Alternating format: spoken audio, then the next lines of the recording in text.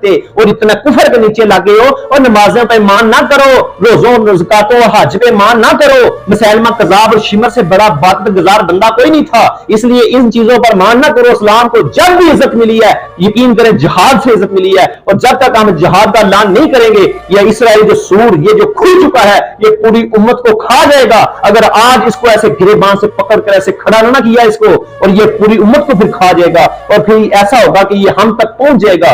असल इस्लाम को देखे ना तो ये हम तक पहुंच चुका है, और मुसलमानों की माएं हमारी माएं हैं, मुसलमानों की बेटियां हमारी बेटियां हैं, मुसलमानों के बच्चे हमारे बच्चे हैं। ये हमारे घर पर इसने हमला कर दिया है, और हम इतने बेगैरत और बेहिस हो चुके हैं। हम कहते हैं नमाजें पढ़ लो, हम कहते हैं रोजे रख लो, हम कहते हैं अल्लाह अल्लाह करो।